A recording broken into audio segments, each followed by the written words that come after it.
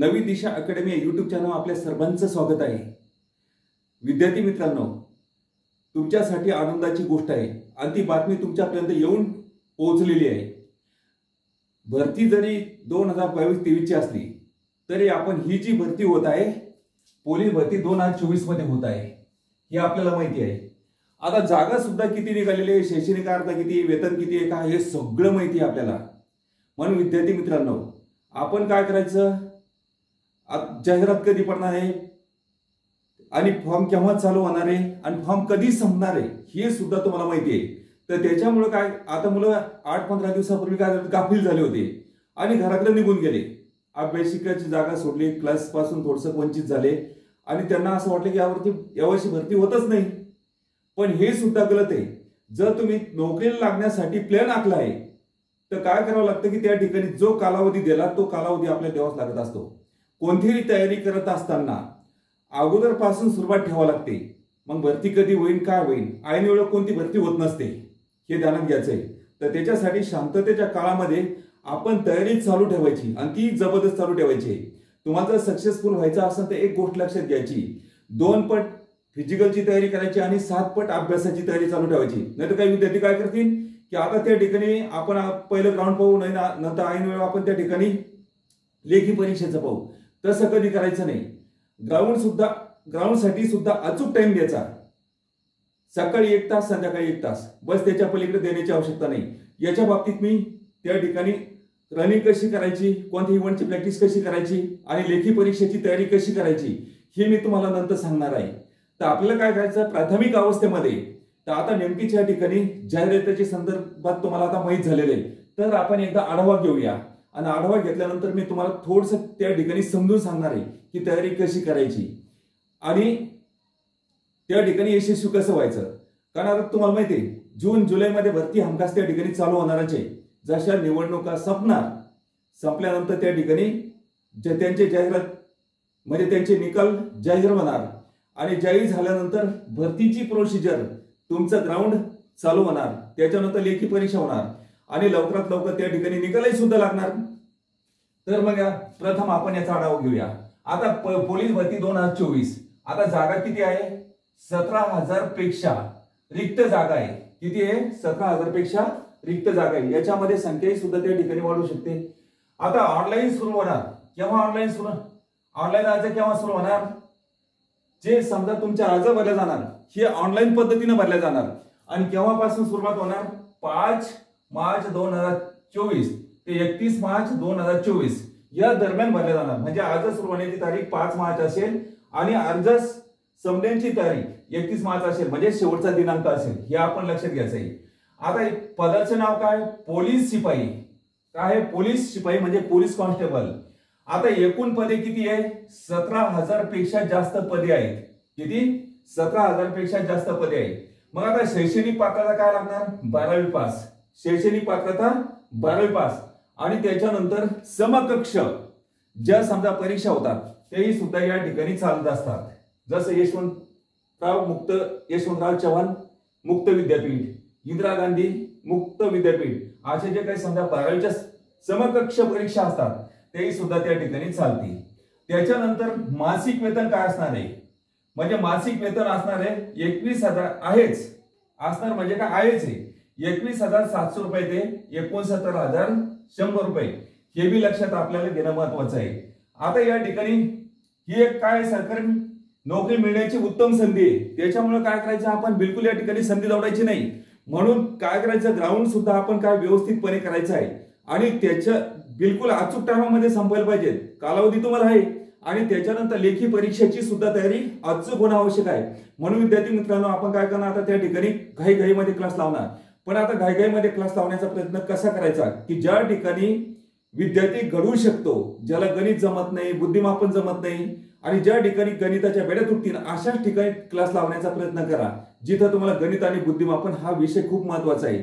मराठी व्याकरण झालं आणि जीके आणि चालू घडामोडी हे विषय तर ऑटोमॅटिक त्या ठिकाणी पळतातच मागं, जो मेहनत घेईल तो पुढे जाईल, हे ध्यानात ठेवायचं आहे। कारण चालणाऱ्याचे भाग्य चालतच राहते, थांबणाऱ्याचे भाग्य थांबते।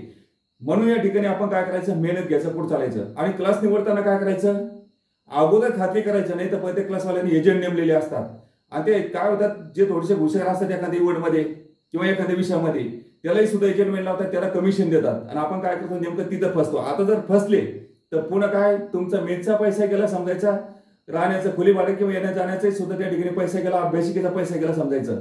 म्हणून खात्रीशी पहिला काय करायचं, क्लास चॉईस करणं महत्वाचं आहे, हे ध्यानात घ्यायचं. म्हणजे शिकवणारा आणि करून घेणारा या दोन गोष्टी याच्यामध्ये महत्वाच्या आहे. तर मग आता चला पुढं, या ठिकाणी समजलं तुम्हाला शैक्षणिक पात्रता 12वी पास. आता त्याच्यानंतर मासिक वेतनाच्या बाबतीत समजलं. आता सरकारी नोकरी मिळण्याची चांगली उत्तम संधी आहे आणि ही संधी तुम्ही घालवता कामा नये. या ठिकाणी म्हणजे वेळ वाया घालवू नका. मग आता इथं अर्ज करण्याची पद्धत कशी आहे, ऑनलाईन पद्धतीने आहे. सुरुवात 5 मार्च 2024 पासून होणार. सुरुवात 5 मार्च 2024 पासून होणार. आता भरतीचा कालावधी कसा, ज्यावेळेस आपण नोकरी लागतो ही नोकरी कशी आहे, परमनंट आहे. आता बाकीच्या नोकर म्हणजे काय, कॉन्ट्रॅक्ट पद्धतीने म्हणजे कंत्राटी पद्धतीने भरतात. तर असंही नाही, इथं काय, ज्या दिवशी तुम्ही समजा तुम्हाला कॉल लेटर आलंय, तुम्ही सिलेक्शन झाला आणि कॉल लेटर आलं, ही परमनंट नोकरी असते याच्यामध्ये. आणि त्याचं काय हे लक्षात घेणं महत्वाचं आहे. आता पुढं नोकरीचे ठिकाण संपूर्ण महाराष्ट्रामध्ये, नोकरीचे ठिकाण संपूर्ण महाराष्ट्रामध्ये. आता याच्यामध्ये काय होणार, प्रथम शारीरिक चाचणी होणार आहे. काय होणार, प्रथम शारीरिक चाचणी म्हणजे तुमचं ग्राउंड होणार आहे. आणि ह्या ग्राउंड मध्ये ज्यांना 50% जास्त गुण असतील तर त्यांना, म्हणजे 50% जास्त, समजा उदाहरणार्थ आता 50 मार्काची म्हणजे एकूण गुण 50 आहे समजा, त्याची जर समजा शारीरिक चाचणी घेतली तर 25 गुण आवश्यकच आहे. पण त्याच्यामध्ये मेरिट लिस्ट कसं असणार आहे, 25 गुण तर आवश्यक आहेच आहे, पण त्याच्यामध्ये काय होईल, कोणाला जास्त गुण होईल. एखाद्या वेळेस काय त्या ठिकाणी 30, 32, कुठं 27 वर, काही ठिकाणी 25 वर ठिकाणी, किंवा काही ठिकाणी 40 वर, 37 वर, 42 वर, असं त्या ठिकाणी कटअप असतं, जागेच्या प्रमाणात ठरलेलं असतं. हे बी लक्षात घ्यायचं. मग आता 50% गुण असेल समजा, 50% गुणापेक्षा असं कमी असेल समजा, काय 24 असेल तर तो काय समजला जातो, अपात्र समजला जातो. हे समजून घेणं महत्वाचं आहे पहिलं. आणि त्याच्यापेक्षा जास्त गुण असेल, जास्तीत जास्त मुलांनी गुण घेतलेले असेल तर त्याच्या एका जागेसाठी 10 विद्यार्थी बोलावले जातील. एका जागेसाठी 10 विद्यार्थी, म्हणजे याचा अर्थ काय, एकूण जागा आहे, एकूण जागेच्या 10 पट विद्यार्थी बोलावले जातील, असा त्याचा अर्थ असतो. आता लेखी परीक्षेसाठी बोलावले जाईल किती, एकाच 10. मग आता लेखी परीक्षा किती गुणाची असेल, 100 गुणाची असेल. किती परीक्षेची, 100 गुणाची असेल. मग आता त्या ठिकाणी काय, मेरिट लागण्यासाठी काय, इकडचे समजा 50% पेक्षा जास्त गुण असतात, तिकडे 40%, कमीत कमी याच्यामध्ये 40%. आता 100 पैकी 40 गुण किंवा 40% पडणं आवश्यकच आहे, हे तुम्हाला समजलं. आणि 40च्या ऐवजी जर समजा 39 जरी पडले तर त्या ठिकाणी त्याला अपात्र समजल्या जातील. काय, लेखी परीक्षामध्ये 40च्या ऐवजी 39 जर पडले तर त्याला अपात्र समजलं जाते, हे आपल्याला समजलं.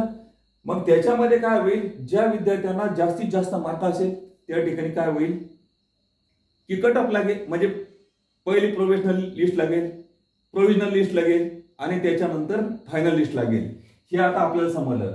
तर आता या ठिकाणी पुढे बघायचं आपल्याला, सर्व घटकामध्ये लेखी परीक्षा एकाच दिवशी असेल. लेखी परीक्षा एकाच दिवशी असेल हे ध्यानात घेण्यात येईल आणि एकाच दिवशी आयोजित करण्यात येईल. मग आता या ठिकाणी काय, आता पुढं, आता पोलीस पदासाठी आवश्यक असलेले 1 नंबर काय, शैक्षणिक. आता इथंच काय होतं, मुलांना एकाच दिवशी आयोजित केली समजा या ठिकाणी आणि एकाच घटकासाठी, लक्षात, सर्व घटकामध्ये लेखी परीक्षा. मग आता फॉर्म किती भरू शकतात हे बी ते जाणून घेणं महत्वाचं आहे की आता एकाच जिल्ह्यामध्ये एक फॉर्म भरला जातो. आता मागच्या वेळेस काय पाहिलं आपण, एक विद्यार्थ्याने एकाच घटकासाठी एकच फॉर्म भरला जाईल असं सुद्धा पाहिलं होतं. हे थोडासा हा विषय वेगळा समजा, एकाच दिवशी परीक्षा होणार ही सुद्धा तेवढं करायचं. पण याच्यामध्ये अगोदर तुम्हाला सांगू इच्छितो की आपण जर समजा पाहिलं, काही मुलांना सांगितलं की एकाच जिल्ह्यामध्ये एकच फॉर्म, म्हणजे एका घटकासाठी एक फॉर्म. आता काही जणांनी काय केलं, अनेक जिल्ह्यामध्ये फॉर्म टाकले. ज्यांनी टाकले ग्राउंड दिलं, ज्या ठिकाणी ग्राउंड जास्त आलं त्या ठिकाणी बरोबर त्या ठिकाणी व्यूहरचना करून परीक्षा देण्यासाठी गेले. बरेच विद्यार्थी सक्सेसफुल ठरले. आता काही विद्यार्थी असं एकच जागा असेल, त्यांना असं वाटलं की जास्त हुशार विद्यार्थी तिकडे पळतील, आपण मीडियम मध्ये इथंच थांबू. आणि काही जण असं की आपण हलके इथंच टाकू, असे सुद्धा काही विद्यार्थी असतात किंवा जास्त जागेसाठी जाऊ.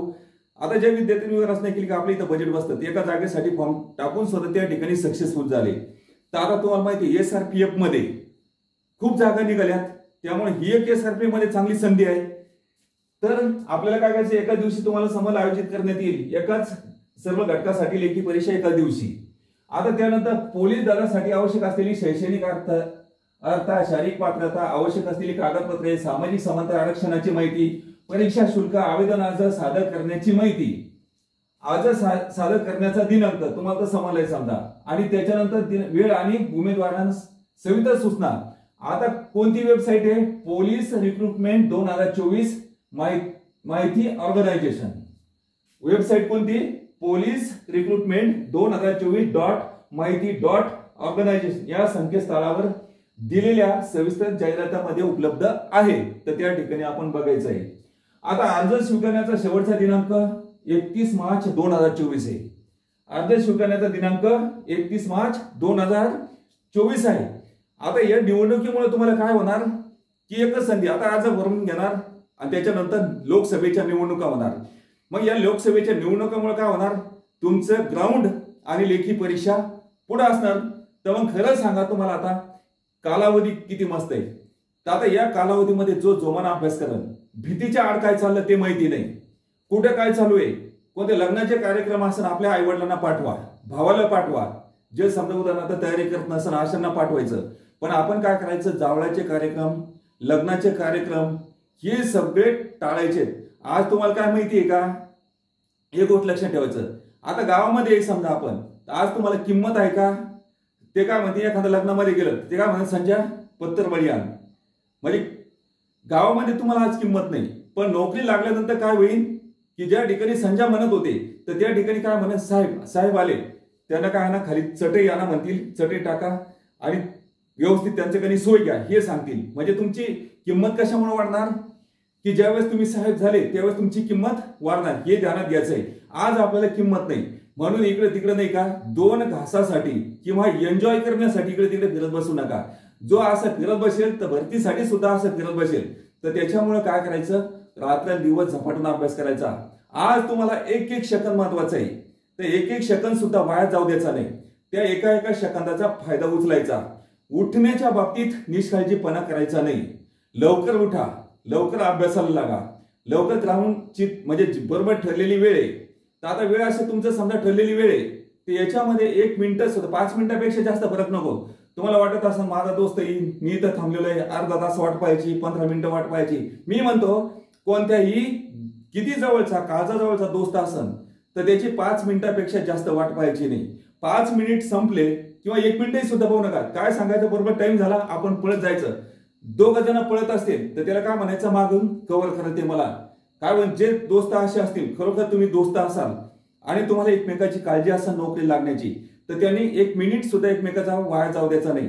काय करायचं, टाइम झाला पळायला सुरुवात करायची. मग तो 1 किलोमीटर दुसरा मागे आहे का अर्धा किलोमीटर, त्याचं काही नाही, त्यानं काय करायचं, त्याला कव्हर करत चालायचं. तर अशा पद्धतीने कव्हर करत काय करायचं, आपल्या ग्राउंडची तयारी करायची. हे ध्यानात घेणं महत्वाचं आहे. अभ्यासाला चालतो का, मेडिकलमध्ये चालतो का, इकडून आपण जाऊन येऊ तिकडून फिरून येऊ असं नाही. एकट्याचं काम आहे, ताबडतोब 2 मिनिटं असं 5 मिनिटांमध्ये करायचं आणि ताबडतोब अभ्यासाला लागायचं. वेळ बिलकुल वाया घालायचा नाही. ज्यानं वेळ वाया घातला तो वाया गेला समजायचा, हे ध्यानात घ्यायचं असतं. आता तुमचं भविष्य घडवणं तुमच्या हातामध्ये, तुमचं भविष्य घडवणं तुमच्या हातामध्ये. तुम्ही तुमचं भविष्य घडवून, म्हणून तुम्हाला मनगटामध्ये ताकद निर्माण करायची आणि मेंदूमध्ये नॉलेज तयार करायचं आणि या दोन्हीचं अंमलबजावणीचं कलाकौशल्य तुम्हाला शिकणं महत्वाचं आहे. तेव्हा तुम्ही त्या ठिकाणी यशस्वी होणार आहे. ही गोष्ट आपण लक्षात घ्यायची. तर हा व्हिडिओ पाहिल्यानंतर किंवा याच्या अगोदर काही विद्यार्थी लागलेले तर काय करायचं, टायमाला महत्व द्या. टाइम इज मनी असं लिहून ठेवलेलं नसतं. समजा तुम्ही शाळेच्या भीतीवर पहा किंवा कार्यालयामध्ये पहा, तर मग काय वेळ हीच संपत्ती आहे. तर आता ती त्याच्यामध्ये वाया घालायची नाही. येणाऱ्या भरतीमध्ये हमखास त्या ठिकाणी तुम्हाला भरती व्हायचंच आहे. तर त्याच्यासाठी काय करायचं, चाल ढकल करायचं नाही. उठण्यामध्ये चाल ढकल करायचं नाही. काय करायचं, सगळ्यात सोबत तुम्हाला एक सांगतो, सकाळी तुम्हाला उठल्या उठल्या काय करायचं, टूथब्रश असेल तर त्या ठिकाणी पेस्ट असेल बिलकुल उशाशी ठेवा. त्या ठिकाणी ताबडतोब उठायचं, तोंड धुवायचं, गुळणं करायचं, पाणी प्यायचं आणि त्या ठिकाणी काय होईल, रात्री झोपेमध्ये तुमचं काय असतं, पाणी हवेवाट म्हणजे श्वास घेतो त्यावेळेस बाष्पीभवन झालेलं असतं. घामावाटे सुद्धा बाष्पीभवन झालेलं असतं, थोडं थकलेलं असतं. मग त्याच्यासाठी उठल्या काय करायचं, पहिलं तोंड धुवायचं, पाणी प्यायचं, नंतर विधीला जायचं आणि बरोबर काय करायचं, आपला टाइम रनिंगचा झालेला असेल तर निघून जायचं, टाइम जर बाकी असेल तर तोपर्यंत अभ्यास करायचा. एकही मिनिटं वाया जाऊ द्या, फक्त एका तासापेक्षा जाऊ देऊ नका. तुम्ही सतत दररोज किती नवीन विद्यार्थी असेल तर अर्धा किलोमीटर पासून सुरुवात करा. हळूहळू पळत राहायचं, त्याचा स्टॅमिना वाढेल तसं त्याचा पाय सुद्धा पडतील. तर म्हणून त्यानं काय करायचं की अर्धा तास 15 मिनिटं जायचे, 15 मिनिटं यायचे. सुरुवातीला असं ठेवा, त्याच्यामध्ये तुमचा स्टॅमिना वाढेल हे लक्षात घ्यायचं. जोपर्यंत स्टॅमिना वाढत नाही, तुमचा रोड क्लिअर नाही, तोपर्यंत तुम्ही त्या ठिकाणी पिकअप घेऊ शकत नाही. ऑटोमॅटिक त्या ठिकाणी पाय पडतील. पळायचं कसं, रनिंग कसं करायचं हे मी तुम्हाला सर्व सांगणार आहे. तर त्याच्यानंतर तिथून आले की एका तासामध्ये तुमचं काय संपलं पाहिजे, कमीत कमी 25 ते 30 मिनिटं तुमचं लॉंग रूट करा. कारण 25 ते 30 मिनिटांमध्ये तुम्ही कमीत कमी 5 किलोमीटर, काही विद्यार्थी असतात ते 18-20 मिनिटांमध्ये सुद्धा 5 किलोमीटर पार करतात. काही विद्यार्थी असतात की जे नवीन असतात, त्यांना काही जो एकदम नवीन आहे लगेच घाळे, तर त्याला कमीत कमी 30 मिनिटं लागतात. तर काय होईल, स्टॅमिना वाढता वाढता, पाय पडता पडता हळूहळू तो किती 8 ते 20 मिनिटाच्या दरम्यान तो लास्ट पर्यंत येणार आहे, भरतीच्या शेवटच्या याच्यापर्यंत. हप्त्यामधून काय करायचं, 2 1600 घ्यायचे, एक बुधवारी किंवा एक शनिवारी. 1600चा टायमिंग काढा, कारण तुम्हाला टायमिंग काढल्याशिवाय इलाज नाही. त्याची प्रॅक्टिस असू द्या, तुम्ही किती पळत असेल त्याला महत्वाचं नाही. प्रत्येक गोष्ट टायमिंग सेटिंग मध्ये चालली पाहिजे. 100 मीटरचे सुद्धा त्या ठिकाणी आदत टाका. गोळा फेकण्याची सुद्धा त्याचे छोटे छोटे इव्हेंट असतात, त्याची सुद्धा प्रॅक्टिस करा. ती प्रॅक्टिस कशी करायची प्रत्येक इव्हेंटची मी पुढच्या व्हिडिओमध्ये घेणार आहे. त्यानंतर लेखी तिथून आला, समजा एका तासामध्ये तुम्ही काय केलं, तुमचं रनिंग रिलॅक्स एक्सरसाइज झाली, म्हणजे वॉर्मअप झालं की त्याच्यानंतर आल्यानंतर 20 मिनिटापर्यंत बिलकुल पाणी प्यायचं नाही, हे ध्यानात ठेवायचं. काही खायचं नाही. तिथून आल्यानंतर 20 मिनिटांनंतर तुम्ही आंघोळ करा आणि त्यानंतर नाश्ता करा. आणि लगेच काय करायचं, जरी समजा तिथून आला, थोडसा अंग टाकल्यासारखं केलं, बिलकुल थोडंसं अंग टाकायचं, 5 मिनिटं रिलॅक्स व्हायचं, पण ताबडतोब पुस्तक हातात घ्यायचं. गरम शरीर तोपर्यंत वाचतच राहायचं. त्याच्यानंतर तुमचं सगळं आटोपलं, फटाफट आटवायचं आणि लगेच अभ्यासाला बसायचं. आलं लक्षात? तर अभ्यासामध्ये वेळ घालवू नका. कसे होईल, काय होईल या विचाराशिवाय सतत अभ्यास करत राहणे यातच यश दडलेलं असतं. म्हणून अभ्यासापासून बाजू जाऊ नका. भांडणं टाळा, कोणते बाकीचे कार्यक्रम टाळा. जोपर्यंत मी सक्सेस होत नाही तोपर्यंत मला किंमत नाही, तोपर्यंत मी माझ्या कामापासून बाजूला होणार नाही. जोपर्यंत टार्गेट माझं पूर्ण होत नाही तोपर्यंत मी कोणाला वेळ देणार नाही. नातेवाईक जरी आलेला असू द्या, तुमचा मावस भाऊ असू द्या, कोणी असू द्या, नातेवाईक आलं तर त्याला न सांगता आलं तर फक्त ग्लास भरून त्याला पाणी द्या प्यायला, आणि जास्त त्याच्यामध्ये बोलण्यामध्ये वेळ घालू नका. नाही तर विषय वेगवेगळे चालू असतात, त्याच्यामध्ये वेळ असाल तर तुमच्या इकडचे जे प्रश्न वाचन व्हायचे किंवा जो विषय असेल तो त्या ठिकाणी थांबून जाईल. म्हणून सगळ्यांना सांगून द्या, संध्याकाळी बस 7 वाजता काय 15-20 मिनिटं कोणाला बोलायचं असेल, म्हणजे तुमच्या आई वडील असेल, आई वडिलांशी जास्तीत जास्त काम पडतं, तेवढं बोलून घ्यायचं आणि लगेच आपल्या अभ्यासाला बसायचं. कारण जोपर्यंत माझी किंमत वाढत, त्या ठिकाणी माझी किंमत निर्माण होत नाही, तोपर्यंत मी इकडे तिकडे जाणार नाही, हे ध्यानात घ्यायचंय. आणि बिलकुल काय करायचं, इतक्या टायमामध्ये मी सक्सेसफुल झालोच पाहिजे. त्यासाठी काय, कारण मला आज मी जर मला किती दोस्त असेल किंवा नातेवाईक असेल, त्यांनी जर मला 100 रुपये दिलेले असेल तर ते उसने दिलेले असेल, ते परत करावं लागणार आहे. पण ज्या दिवशी तुम्ही स्वतः नोकरी लागणार तर तुम्हाला कोणाचेही सुद्धा 5 पैसे त्या ठिकाणी म्हणजे घ्यायचं काम पडणार नाही आणि द्यायचं काम नाही. गेलं तर देणं गेलं तर चालूच असतं थोडंफार, पण जे पैसे येतात तेच महत्वाचं आहे. आणि आज नोकरीमध्ये राजकुमार आणि राजकुमारी सारखं जीवन आहे हे ध्यानात ठेवायचंय. शेतामध्ये जेवढं काम करावं लागतं, ताणावं लागतंय, तेवढं नोकरीमध्ये 5 ते 10% त्या ठिकाणी काम करावं लागतंय. आणि राजकुमारी सारखं आणि राजकुमार सारखं जीवन आहे ही लक्षात ठेवा. शासनामध्ये धका, शासन आणि प्रशासन इकडे जा. काय डॉक्टर बाबासाहेब आंबेडकरने सांगितलेलं आहे, शासन करती जमात बनणे हे आमचे उद्दिष्ट आणि आकांक्षा आहे, असं भीतीवर लिहून ठेवा. पण आम्ही काय झक मारतोय हे तुम्ही लक्षात घ्यायचंय. ओबीसी SC ST या घटकाने लक्षात घ्यायचंय. कारण काय, जे काय तुमचं, तुम्ही विद्यार्थी आहे ना, शिकलेत ना, तुमचं काम काय आहे, शासन आणि प्रशासन इकडे लक्ष द्या. तुमचं खरं मंदिर कशामध्ये आहे, शासन आणि प्रशासनामध्ये, याचे पुजारी बना. हे तुम्हाला इथं तुमचे अधिकार आहे आणि इथं चमक दाखवायची. कोणी म्हणत असेल सरकारी नोकरी म्हणजे गुलामीची नाही दोस्ताहो. सरकारी नोकरीमध्ये ज्यावेळेस तुम्ही इथं जाता, समजा जॉईन होता, त्यावेळेस त्या ठिकाणी शीट लिहून घेतात, तुमचं नाव लिहून घेतलं जातं, गाव लिहून घेतलं, तुमचे शैक्षणिक अर्थ आहे, सगळं बायोडाटा लिहून घेतलं जातं. आणि त्याच्यामध्ये काय असतं माहिती का, लिहिलेलं असतं. समजा काय लिहितात तिथं गुलाम म्हणून लिहित नाही, तिथं लिहितात सदस्य. एका कुटुंबामध्ये जसे आई वडील असतात, बहीण भाऊ असतात, तर त्याच्यामध्ये काय असतं, सदस्य लिहिलेलं असतं, कुटुंबाचे सदस्य. तसंच नोकरीमध्ये ज्या शिक्षक असन तर शिक्षका या नोकरीमध्ये जात असन तर शिक्षक हे काय सदस्य आहे, पोलीस दलामध्ये जात असेल तर पोलीस काय पोलीस दलाचा सदस्य, म्हणजे कोणते तलाठ्यामध्ये भरती झालेला असेल तर त्या ठिकाणी काय लिहिलं जातं सदस्य, म्हणजे पण तलाठी या कार्यपदावर म्हणजे ज्यावेळेस तुम्ही कार्यरत होता तर त्या ठिकाणी काय लिहिलं जातं त्या खाते महसूल खात्याचा सदस्य, महसूलमध्ये भरती होत असेल ज्या कोणत्या समजा तुम्ही खात्यामध्ये जात असाल तर त्या खात्याचा तुम्ही सदस्य असतात हे लक्षात ठेवायचं। प्रशासनामध्ये गुलाम नाही, जे गुलाम आहे असा प्रचार करत असेल तर त्यांना आपण नोकरी लागावं असं कधीच वाटत नाही आणि ते एक म्हणतो म्हणून दुसरा म्हणतो, पण जे काय लिखित असतं ते खरं असतं हे ध्यानात घ्यायचंय। म्हणून आपलं काम आहे शेतामध्ये तरफडण्यापेक्षा इकडं कुठं प्रशासनामध्ये नोकरीसाठी धका किंवा त्या ठिकाणी शासनामध्ये धका हे तुम्हाला सांगू इच्छितो। तर विद्यार्थी मित्रांनो आजच्या व्हिडिओमध्ये इतकंच।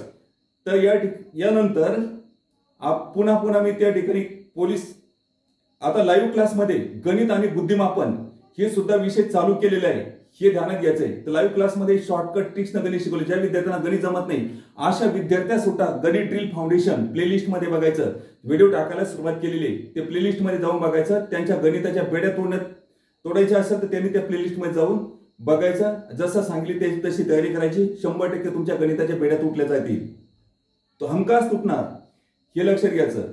आता एक माहिती मी तुम्हाला वेगवेगळ्या व्हिडिओमध्ये तुम्हाला बघायला मिळेल आणि तुमचा कॉन्फिडन्स सुद्धा वाढेल। तर आज या ठिकाणी थांबूया, भेटूया नेक्स्ट व्हिडिओमध्ये। धन्यवाद।